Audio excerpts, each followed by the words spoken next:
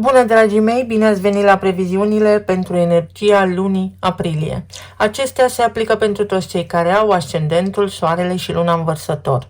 În prima parte încep cu descrierea tranzitelor astrologice și apoi vedem ce ne spune energia prin cărțile de oracol, prin cele de tarot, dar și prin talismane. De asemenea, vă rog frumos să luați în considerare faptul că sunt previziuni generale și au caracter informativ. Și acum să vedem despre ce este vorba. Această lună, mai ales pentru voi, este o lună în care realitatea mentală se reconfigurează profund. Și nu vorbim doar despre evenimente, vorbim și despre felul în care gândiți, comunicați și înțelegeți lumea din jur. Aprilie a debutat cu luna plină din Balanță. Pentru voi acest lucru s-a întâmplat în casa a noua, casa a convingerilor, casa sensului vieții, a studiilor înalte. Tot aici regăsim și străinătatea, alte civilizații, filosofia despre viață. Această casă arată practic ceea ce credeți și încotro mergeți. Luna plină aduce o culminare sau o realizare importantă legată de aceste teme. Puteți avea un moment de claritate după evenimentul de lună plină, în care să înțelegeți că anumite credințe nu mai sunt valabile, să vă schimbați părerea despre viață sau că direcția voastră trebuie ajustată, reconfigurat traseul. Această lună plină s-a produs în opoziție cu casa a treia, pe axa cunoașterii, ceea ce e posibil să fi creat o tensiune între ceea ce credeți și ceea ce vedeți concret în viața de zi cu zi. Ceva cred și altceva se întâmplă. Despre asta este vorba. Puteți conștientiza că modul în care gândiți sau comunicați nu mai este aliniat cu viziunea voastră sau viceversa. Poate fi un moment de recalibrare profundă. Intrarea planetei Marte, care este planeta acțiunii în Berbec, semn de domiciliu, activează casa a treia, casa gândirii, a comunicării, a deciziilor, a interacțiunilor zilnice. Tot aici regăsim și familia extinsă, cursurile, dar care durează puțin, drumurile pe care le faceți în mod recurent. Marte aici aduce viteză, claritate, dar și impulsivitate. Puteți gândi mai rapid, puteți reacționa imediat sau din impuls, iar comunicarea poate deveni directă, fără filtre. Este un tranzit care vă împinge să spuneți lucrurilor pe nume, însă să nu fiți impulsivi. Marte în această casă va forma pe parcursul acestei luni un aspect favorabil cu Uranus, care urmează să intre în Gemeni în casa a 5, iar acest lucru creează o legătură între gândire și exprimare creativă, pentru că ideile voastre pot deveni proiecte, iar modul în care comunicați poate atrage foarte mult atenția în această perioadă. În același timp, Marte intră într-o relație de tensiune cu Pluton, care este un Vărsător la voi pe casa întâi, ceea ce aduce intensitate în modul în care vă exprimați. Poate unii vă percep agresivi sau prea puternici sau prea direcți. Puteți simți nevoia să vă afirmați identitatea prin cuvinte, dar și prin prezență, însă există riscul și de conflicte sau de confruntări din cauza neînțelegerilor sau din cauza lipsei de aliniere cu ceilalți. Mercur, planeta intelectului, intră și el în Berbec, tot în casa a treia, și se apropie de Marte. Formează o conjuncție între gândire și acțiune. Acum apare claritatea mentală puternică, dar și tendința de a reacționa rapid. Este un moment pentru decizii, negocieri și conversații importante, însă toate acestea trebuie gestionate fără impulsivitate. În același timp, Mercur formează și un aspect favorabil cu Jupiter, care este în Rac, în casa a 6-a. Iar asta vă ajută la integrarea ideilor pe care le aveți în viața de zi cu zi și la susținerea acestor idei. Practic, ideile pe care le aveți, ceea ce gândiți, poate fi pus în aplicare, dar cu răbdare. Se produce apoi și evenimentul de lună nouă din Berbec, tot în casa a treia, lucru care marchează un nou început, în legătură cu modul în care gândiți, comunicați și luați decizii. O schimbare radicală, o resetare mentală. Și ăsta poate fi începutul unui nou proiect, al unui mod nou de a comunica sau al unei perspective diferite asupra realității. În plus, această lună nouă formează un aspect favorabil cu Pluton, care este în Vărsător la voi pe casa întâi, ceea ce înseamnă o schimbare mentală, dar profund legată de transformarea identității voastre. Nu este doar o idee nouă, vorbim despre a vă schimba profund identitatea sau cine sunteți voi cu adevărat. Este ca și când ați trecut prin diverse situații în această viață și acum spuneți de ajuns, de acum, și urmează să completați voi cum vreți să fiți în această viață. Apoi când soarele intră în Taur spre sfârșit de lună, activează casa a patra, iar energia se mută din zona mentală a aerului într-o zonă emoțională. Casa a patra reprezintă familia, rădăcinile, spațiul personal, locuința și stabilitatea interioară, fundația. După acea perioadă de activitate mentală intensă de la începutul lunii, apare nevoia de liniște și de odihnă, de stabilitate. Poate vă regăsiți în preajma familiei, poate primiți sprijin din partea familiei. Soarele din Taur, de aici din casa a patra, formează o alianță, să îi spunem, cu Pluton din Vărsător din casa întâi, ceea ce aduce această transformare la nivel personal, sprijin din partea familiei sau acasă devine locul vostru sigur. Puteți începe să reconstruiți pe o fundație mai autentică, vă luați energie, vă încărcați cu energie în liniștea casei voastre. Finalul acestei luni este unul foarte interesant și extrem de important. Venus intră în Gemeni, Uranus intră în Gemeni pe casa a cincea. Iar aici începe o deschidere către exprimare, bucuria vieții și creativitate. Casa a cincea reprezintă bucuria, pasiunea, romantismul, modul în care vă exprimați, copiii, copilăria. Venus în acest context aduce plăcere, bucurie, voie bună, conexiune, dorința de a vă exprima liber, bucuria. Dar Uranus schimbă dinamica. El va sta aici pentru următorii 7 ani, este un tranzit generațional. Și pot apărea și experiențe neașteptate, relații amoroase inedite și atipice, atracții diferite sau idei creative neașteptate. Sclipirea de geniu. Venus și Uranus formează temporar o conexiune foarte puternică, dar energia dintre Venus și Uranus va primi influență și din partea lui Marte și a lui Mercur, din casa a treia. Iar asta se traduce în felul următor. Ideile se pot transforma în exprimare reală. Puteți transmite prin bucurie, puteți transmite lumii întregi ceea ce vreți, ceea ce gândiți. Practic, ceea ce gândiți devine și ceea ce credeți. Aveți grijă să nu fiți influențați. În acest timp, Uranus formează un parteneriat extrem de bun cu Saturn din Berbec, din casa a treia.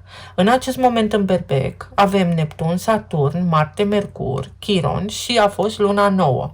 Adică influența casei a treia a mentalității este una foarte puternică pe parcursul acestei luni pentru voi. Iar aspectul dintre Uranus și Saturn este foarte important. Asta înseamnă o schimbare mentală care poate fi stabilizată. Adică o părere pe care o aveți acum sau ceva ce gândiți acum poate deveni concret. Nu vorbim despre inspirație de moment, mai degrabă ne uităm către o direcție care poate fi construită, către niște planuri de viitor care sunt stabile și către ceva care poate dura foarte mult în timp. Dacă ne uităm la această lună ca la un întreg, vedem că la început este atinsă casa nouă care are legătură cu credința, apoi intrați într-o fază mai activă în casa a treia unde vă gândiți, comunicați, luna nouă vă sprijină mental, să prindeți curaj, să inițiați niște lucruri, iar soarele în casa a patra vă aduce locul de siguranță, liniștea de care aveți nevoie, în preajma familiei. Aspectele vă susțin evoluția, nu este o lună ușoară, nu este o lună grea, dar este o lună care testează limitele și care forțează progresul. Forțează în sensul că ne împinge să evoluăm.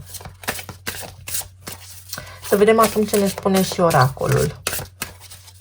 Voi puteți în această lună să deveniți foarte conștienți de puterea pe care o au ideile voastre asupra realității voastre, faptul că ceea ce gândiți se și întâmplă.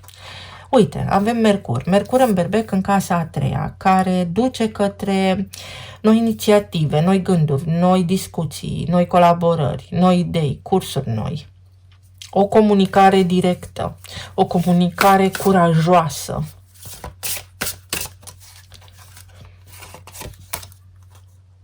Berbecul, Mercur în Berbec. Deci Mercur va fi foarte important în această lună. El va face aspecte, dar cel mai important lucru în această lună pentru Mercur este întâlnirea cu Marte, aliniere între gândire și acțiune, ce gândesc aia și fac, și aspectul pe care îl formează cu Jupiter din Rac, din casa a 6-a. Asta înseamnă idei noi care îți pot schimba viața sau ceea ce gândești acum îți poate influența rutina.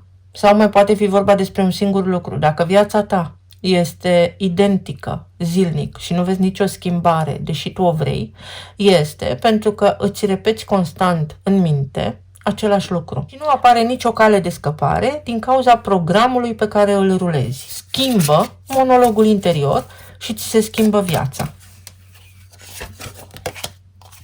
Și Fecioara. Fecioara a apărut și la Capricorn, Fecioara a apărut și la Săgetător, poate aveți influențe din aceste semne.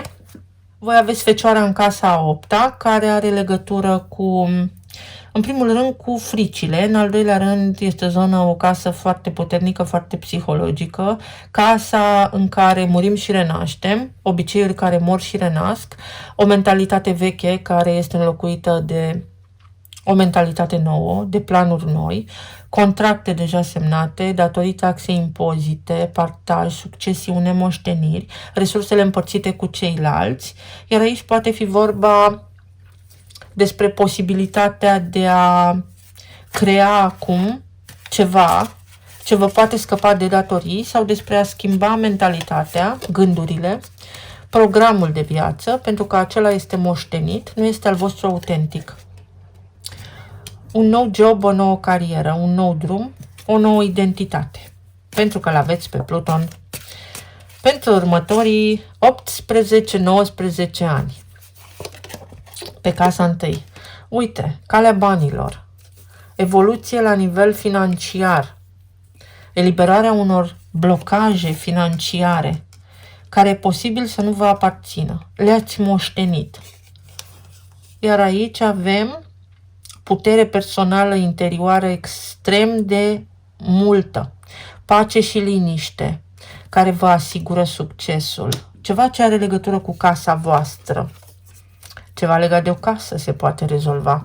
Ceva legat de bani se poate rezolva. Niște provocări extreme, niște situații mai complicate, să spunem, își pot găsi soluția începând cu această perioadă.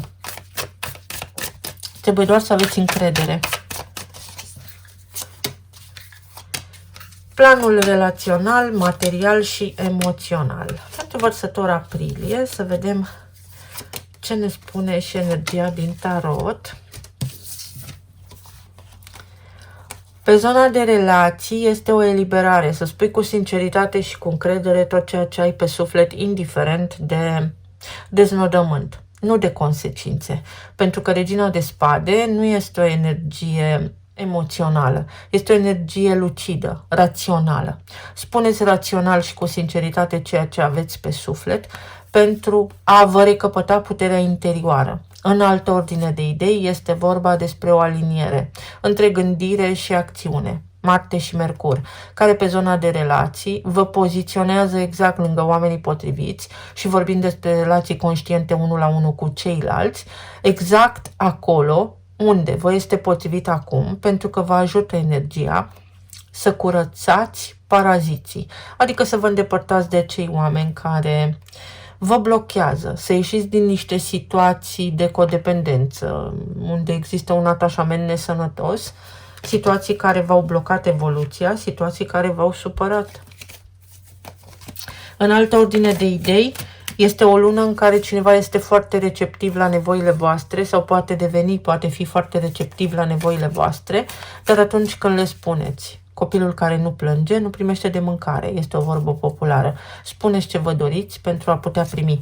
Nu mai interiorizați de teamă, de frica de abandon, de frica de a fi criticați sau că nu sunteți suficient de buni. Este un om aici, o persoană care luptă pentru voi. O relație stabilă. Poate fi vorba în unele cazuri pentru că s-a produs luna plină din balanță pe casa a noua și despre o relație din care acum plecați, despre o relație care se poate schimba sau despre modul în care vă gândiți voi la acea relație care se poate schimba. Vă schimbați părerea. Cineva își poate schimba părerea. Voi, partenerii voștri de viață, este o nouă viziune. Este o viziune mai atipică, este o viziune mai lejeră, mai relaxată, mai aprofundată. Se schimbă dinamica și se schimbă înspre bine. Ceva poate dura pe termen lung.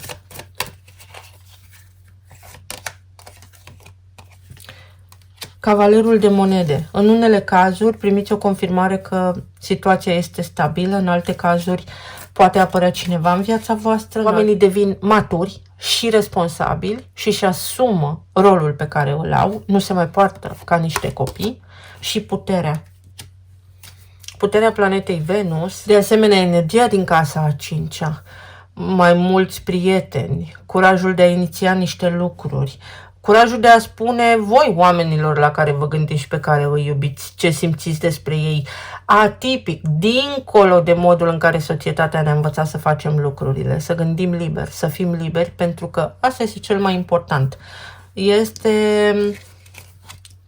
o revenire spectaculoasă, este o relație puternică, este o conexiune puternică cu cineva, o conexiune care poate fi acum armonizată. Armele se depun și se poate instaura pacea. La nivel de plan financiar avem pajul de spade, regele de cupe și împăratul.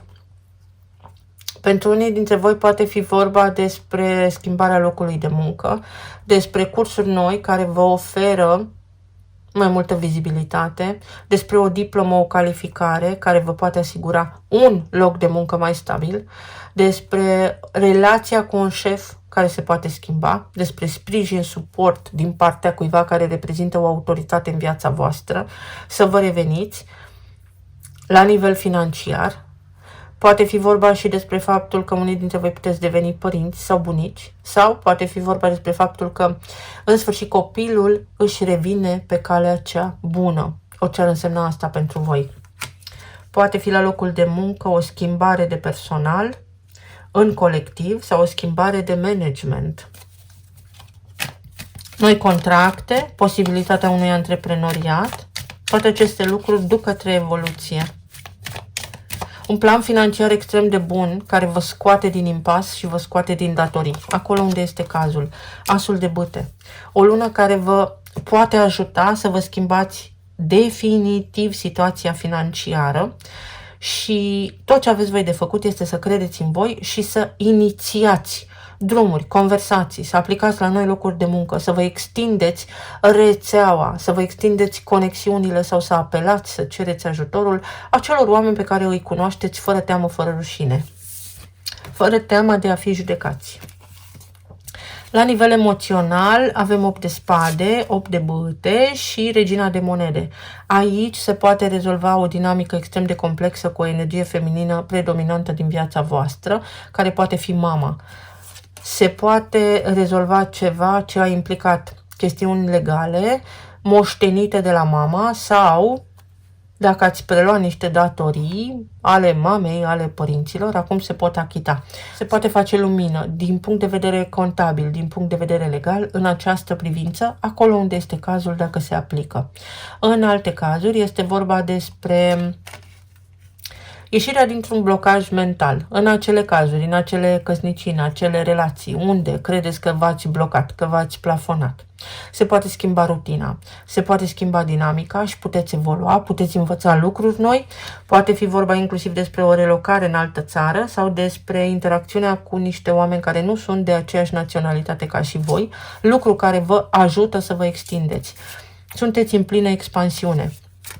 Medical vorbind, vorbim despre ceva provocări la nivel oftalmologic sau despre foarte multe tristețe care posibil să vă fie afectat plămânii. Afecțiuni pe zona respiratorie, să spunem, sunt afecțiuni care vin din cauze emoționale și mentale pentru că nu ați avut aer să respirați. Cineva v-a sugrumat, v-a îngrădit, metaforic vorbind, iar acum vă puteți elibera de acea situație. În alta preoteasă, puterea stă în voi. luna, posibil ceva legat de relația cu mama sau de perioada intrauterină și ca regele de monede. Este o dinamică aici a unor părinți, a părinților. Vorbim despre faptul că orice s-ar întâmpla, voi vă descurcați singuri. Cărămidă peste cărămidă, lucrurile vă vor ieși. Pas cu pas, lucrurile vă vor ieși. În alte situații vorbim despre posibilitatea de a răzbate, de a face niște lucruri mărețe, de a reuși să începeți niște lucruri extrem de bune, pentru că voi sunteți centrul familiei voastre, stâlpul familiei voastre. În altă ordine de idei, vorbim despre o potrivire, despre clarificarea unor neînțelegeri în relațiile de cuplu sau despre găsirea unui partener. Totul depinde de voi.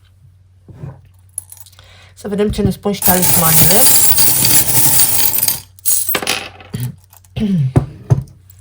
O victorie pe care o sărbătoriți. Uite, ceva legat de o moștenire, de o karmă care nu vă aparține și lucrurile pot începe să funcționeze de acum în favoarea voastră, cu ajutorul unor prieteni. Aveți unii dintre voi grijă pentru că din loialitate față de oamenii pe care îi iubiți, închideți ochii și treceți cu vederea anumite lucruri. Iar acum luna vă spune, dacă treceți cu vederea, sunteți coparticipanți la acele lucruri, complici sau colaboratori. Dopamină. Aveți nevoie de relaxare. Iar în alte cazuri, unora dintre voi vi se spune să ieșiți din zona de confort și să începeți să acționați. Să faceți lucrurile la care vă gândiți, să nu rămână la nivel de idei. O sănătate mai bună sau posibil să fie o lună în care să vă preocupați pentru sănătatea voastră. Prosperitatea se poate reactiva în viața voastră pentru că luați voi niște hotărâri care închid niște situații complicate, o transformare. O transformare. Se pot rezolva niște lucruri prin prisma autorităților sau din punct de vedere legal, acolo unde este cazul, și vă puteți elibera, se schimbă niște situații, vă puteți desprinde de trecut sau de acele situații.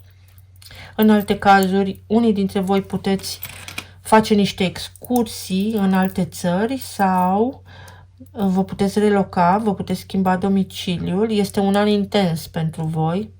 Să luați în considerare acest lucru, sigur, la nivel informativ. Se poate tăia un atașament strămoșesc, preluat în perioada intrauterină. Să vă eliberați de o datorie față de neam. O vizită neașteptată care vă bucură, începe o perioadă extrem de stabilă, ori un loc de muncă, ori o afacere, ori o idee, ori o nouă direcție, ori o nouă casă.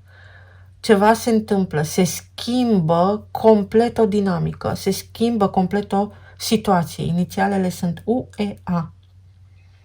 O uniune, o căsătorie poate fi în unele cazuri, sau discuțiile care au avut loc în căsnicia voastră acum pot fi terminate cu niște concluzii sănătoase și mature. În alte cazuri este vorba despre o alianță, despre un colectiv, despre o echipă în care puteți intra sau despre niște noi colaborări sau un nou parteneriat, o nouă relație amoroasă. Dar este ceva atipic, ceva la care nu v-ați gândit până acum. Eu vă mulțumesc foarte mult. Vă doresc să aveți o lună minunată, să fiți bine, sănătoși și iubiți și să ne auzim cu bine și data viitoare. Pa, pa!